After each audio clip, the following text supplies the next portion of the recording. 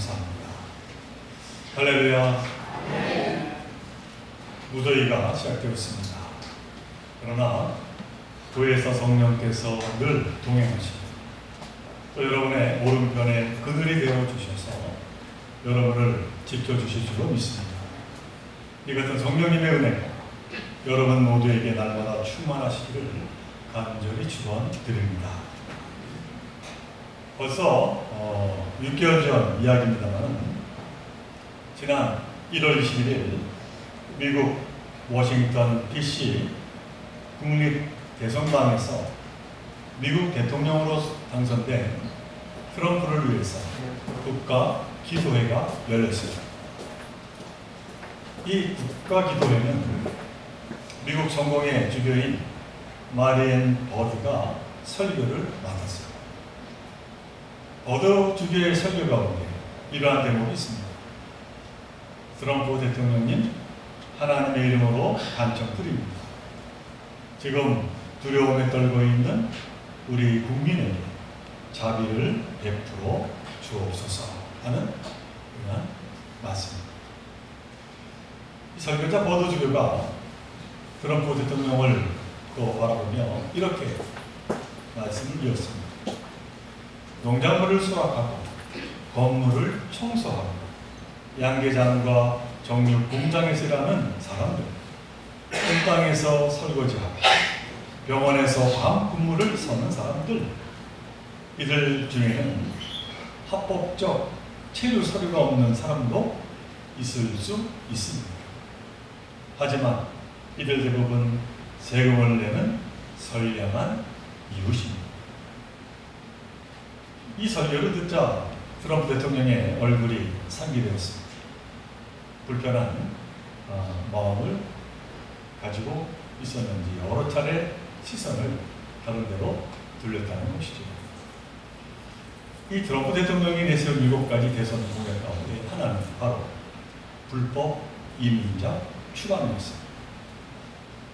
트럼프 선거 운동 기간 내에 역사상 최대 규모의 불법 이민자들을 추방하겠다 약속을 했습니다. 이러한 정책은 미국 시민들의 환호를 받았습니다.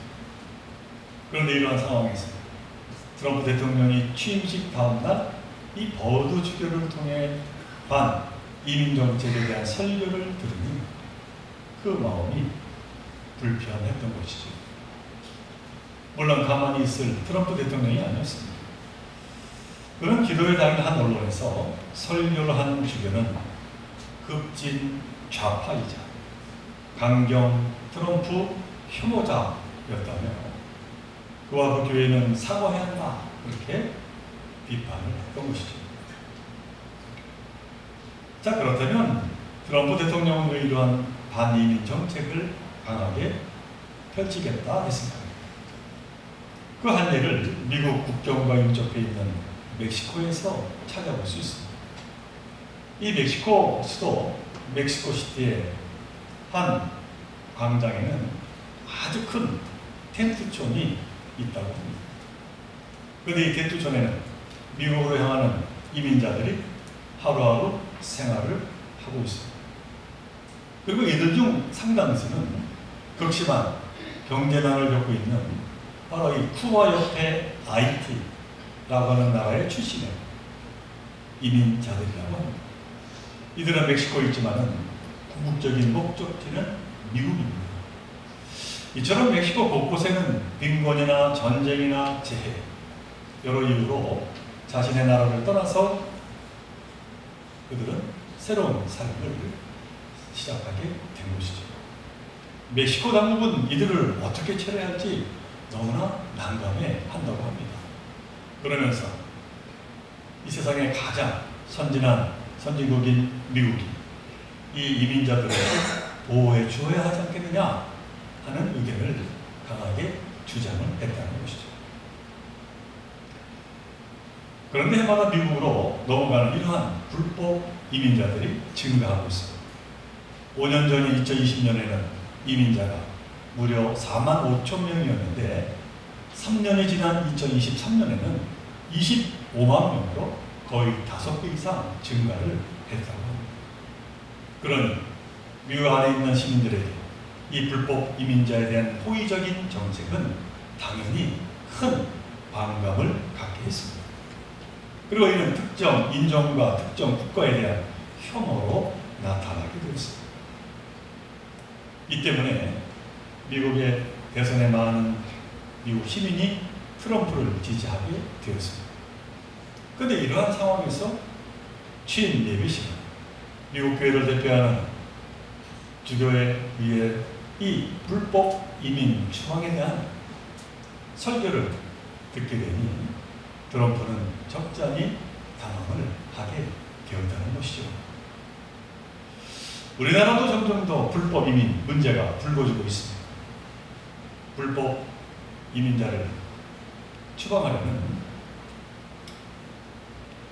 이 미국 당국과 법 밖에 있는 이들에게 생존권을 보장해야 한다 라고 하는 이 버드주기의 설교. 과연 우리는 어느 쪽에 손을 들어줘야 할까 라고 하는 것이죠. 아니면 양쪽을 조롭게 해결해 나갈 수 있는 비책은 과연 없을까 라고 하는 겁니다. 양측이 다 논리가 있습니다. 우리나라도 마찬가지입니다만 인도주의 입장이라고 해서 무작정 이 불법 이민 정책을 모두 철회하라 라고 하는 것은 무리일 수 있습니다. 우리나라를 안전하게 수호하기 위해서는 국가 내에 합법적으로 체류할 수 있는 기준이 당연히 필요합니다. 누군가가 우리나라 체류하기를 원한다면 그 규정을 따라 해야 할 의무가 있는 것이죠. 하지만 실제 상황 속에서 불가피한 경우가 생길 수가 있고 그래서 법적 절차를 어기게 되는 상황도 당연히 존재합니다. 우리 주위에 보면은 이와 같은 이민자들 가운데 형편과 처지는 다르겠지만 생존을 위해 어쩔 수 없이 불법 이민자가 된 경우가 많이 있음을 보게 되는 것이죠. 자, 이 같은 상황에서 특별히 우리 믿는 자들은 과연 어떠한 자세를 취해야 할까요? 국가를 유지하는 데 있어서 법은 너무나도 중요합니다. 법이 무너질 경우에 그 나라 군관 또한 무너지게 되어 있습니다. 하지만 결론적으로 말하면 우리 인간의 삶은 이처럼 정형화된 법만으로는 모든 것이 해결되지 않는다라고 하는 것이죠. 물론 법치주의를 위반하자는 말이 아닙니다. 그러나 법만으로 해결할 수 없는 문제가 발생했습니다. 이를 어떻게 해결할 것인지를 우리 믿는 자들은 고민하며 함께 물으며 나아가야 되리라 라고 하는 것이죠.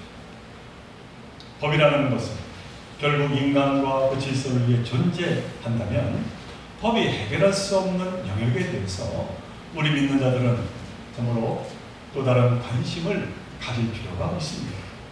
그리고 그것은 바로 신앙의 법이고 이는 하나님의 질서라고 말씀을 드리고 싶습니다. 다시 말해 무엇보다도 법 위의 법, 곧 사랑과 자비가 필요한 이들이 의주에 분명 존재한다 라고 하는 것을 우리는 늘 깨달아 알며 살아가야 되리라 하는 것이죠. 저는 오늘 아침 갈라디아서 3장 26절의 말씀을 본문으로 택했습니다.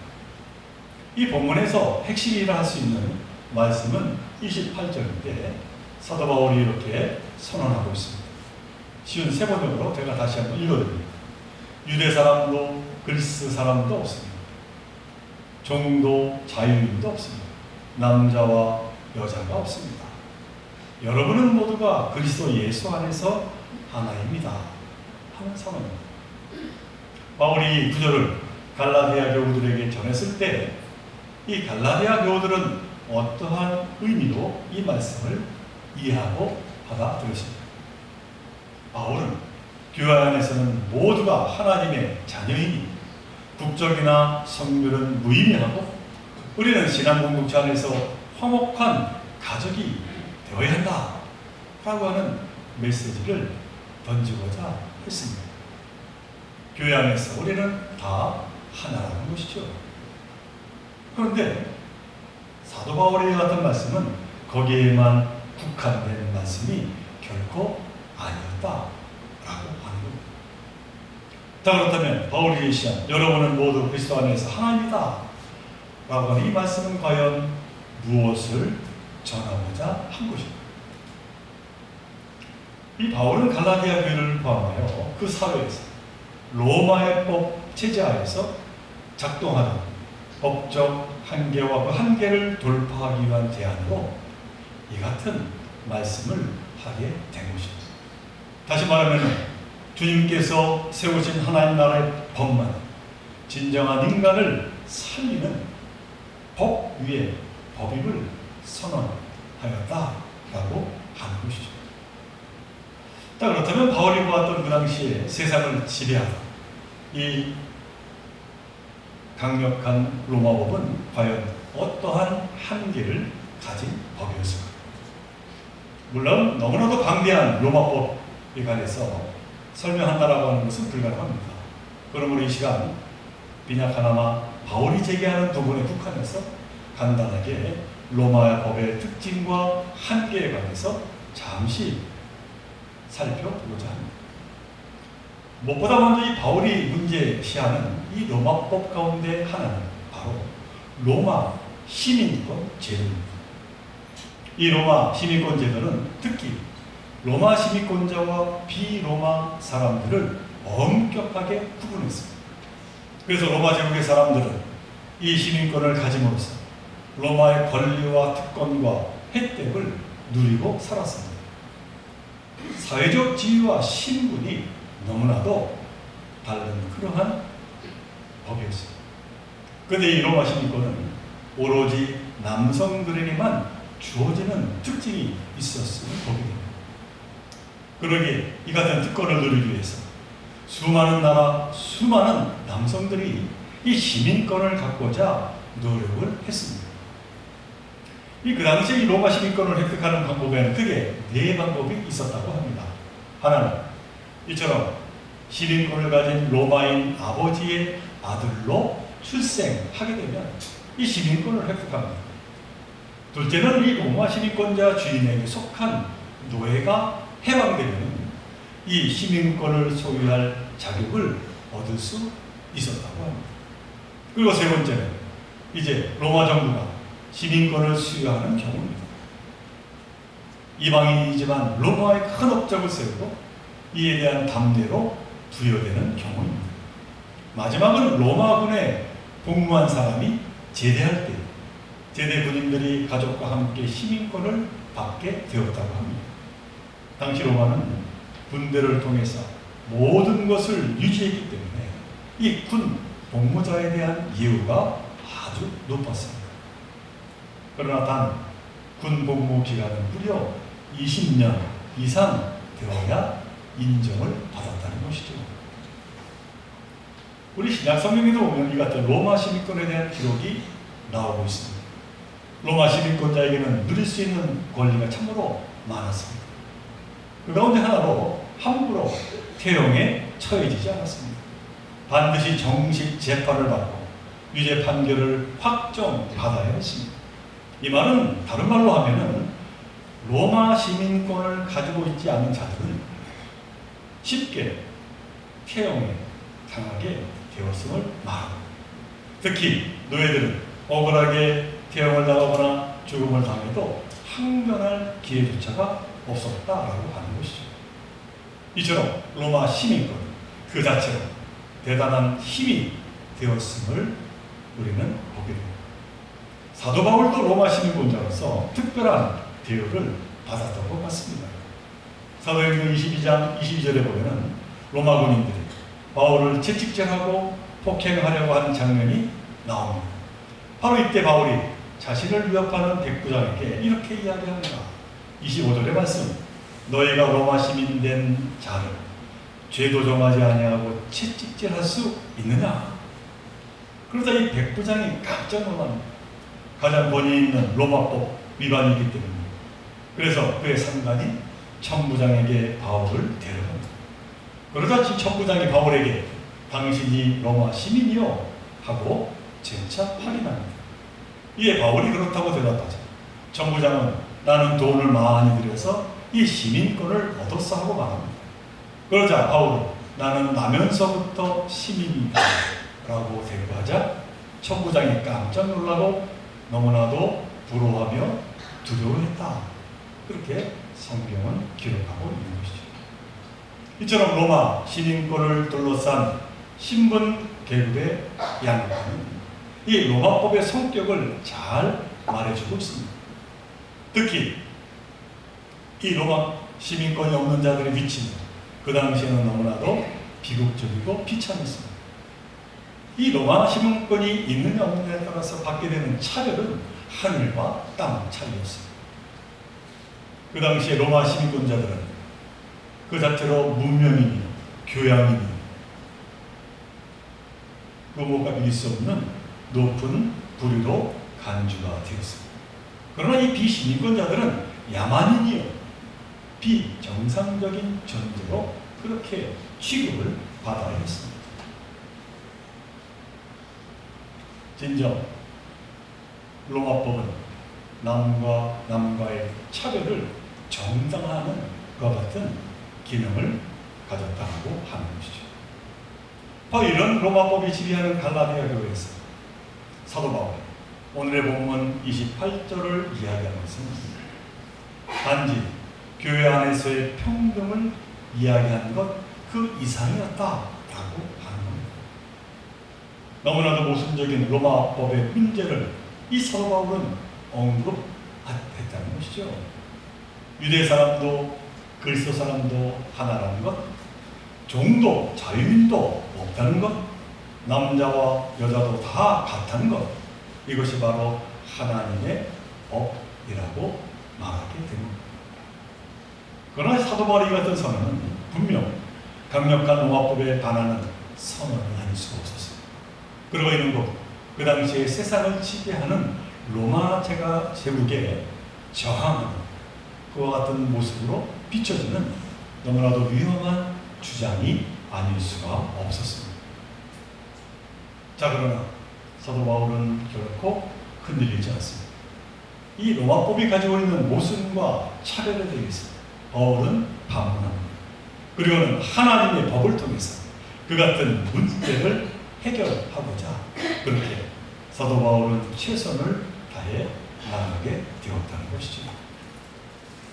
기본권조차 누리지 못하는 이방인들, 여자 노예들을 위해서 이 바울은 하나님의 법, 곧 모든 세상의 법 위에 법으로 그 모든 틈새를 메우고자 했다는 사실입니다. 사랑하는 우리 총회 성도 여러분, 하나님의 법인 사랑과 자비는 하나님의 그 성품 중에서 가장 중요한 본질입니다. 이 사랑과 자비는 비참한 상태에 있는 자를 불쌍히 여기며 도와주는 것 그 이상입니다. 사랑과 자비는 이 세상의 어둠을 물리치며 죽음을 물리치며 생명을 살리는 법이다 라고 하는 것이죠. 그리고 이 같은 중요한 사랑과 자비를 하늘에 계신 하나님이 인간으로 오신 예수님을 통하여 복음으로 증명하셨습니다. 하나님은 가장 낮은 땅에서 한 인간 예수로 오셔서 하나님의 나라의 생명의 복, 곧 사랑과 자비를 선포하셨다라고 하는 것이죠. 지난 6월 9일 미국 LA에서 불법 유인자 체포 추방을 위한 작전이 벌어졌습니다. 근데 제가 텔레비전에서 보니까 마치 전쟁을 방불케 했습니다. 이에 대해 우리 미국에 있는 교포들이 불안해하고 있습니다. 그리고 이에 따른 반대 시위도 대대적으로 지금 벌어지고 있습니다. 도시 일부 지역에는 통행 금지령이 발령되었고 비상사태가 선포되었다고 합니다. 선량한 수많은 이민자들이 지금 떨고 있는 것이죠. 바로 이런 가운데 트럼프 대통령 앞에서 하나님의 법을 주장한 버드 주교의 이 설교의 메시지가 다시 미국 전역에 경종으로 울려 퍼지고 있다고 합니다. 하나님의 이름으로 간청드립니다. 지금 두려움에 떨고 있는 우리 국민에게 자비를 베풀어 주십시오 라고 하는 그 말씀이 말이죠. 시대는 다르지만은 이처럼 불법 이민자 추방법은 어딘지 모르게 그 옛날 로마 시민법을 연상하게 됩니다. 너무나 안타까운 현상이 아닐 수가 없는 것이죠. 사랑하는 우리 종교성도 여러분, 오늘 사도 바울의 전한 말씀, 너희는 유대인이나 헬라인이나 종이나 자유인이나 남자나 여자나 다 그리스도 예수 안에서 하나이니라. 이 선언이 생명의 선언됨을 우리는 늘 잊지 말아야 될 것입니다. 사도 바울은 또 우리에게 이 같은 복음을 전하며 바로 믿는 너희들이 실천해야 할 것을 분명히 권면하고 있습니다. 바로 본문 27절의 말씀, 누구든지 그리스도와 합하기 위하여 세례를 받은 자는 그리스도로 옷 입었느니라. 그렇게 말씀을 하십니다. 우리나라에도 많은 이민자들이 있습니다. 그 안에는 합법적으로 이민 온 분들도 있고 또 그 가운데는 여러 가지 형편 가운데 그만 불법 이민을 하게 된 자들도 있습니다. 그들을 바라볼 때 우리는 의심과 불안의 눈으로 그들을 바라보는 것이 아니라 법 위의 법인 사랑과 자비로 바라보아야 할 것입니다. 바라기는 그리스도의 옷을 입은 자로 주님의 뜻에 따라 생명을 살리며 또한 생명의 삶을 살고자 다짐하는 저와 여러분 모두가 되시기를 주님의 이름으로 간절히 축원을 드립니다. 우리 함께 그러면 사랑의 하나님, 이 땅에는 여전히 나눔과 차별, 미움과 증오와 싸움이 자리 잡고 있습니다. 바라기는 주님의 생명의 복, 사랑과 자비가 이 땅에 차고 넘치도록 인도하여 주옵소서. 우리로 사랑과 자비를 전하는 주님의 참 제자가 되게 하시고 이 일을 저희들 기쁨으로 감당할 때 성령께서 함께하여 주셔서 이 땅에 하나님 나라가 더욱 확장되게 하여 주옵소서. 우리 좋은 교회가 이 같은 사랑과 자비로 무장하여 어려움을 물리치는 참된 빛과 소금의 역할을 감당하게 하여 주옵소서. 이 모든 것 간절히 바라볼 때마다 우리의 생명 되시는 예수 이름으로 기도드리옵나이다.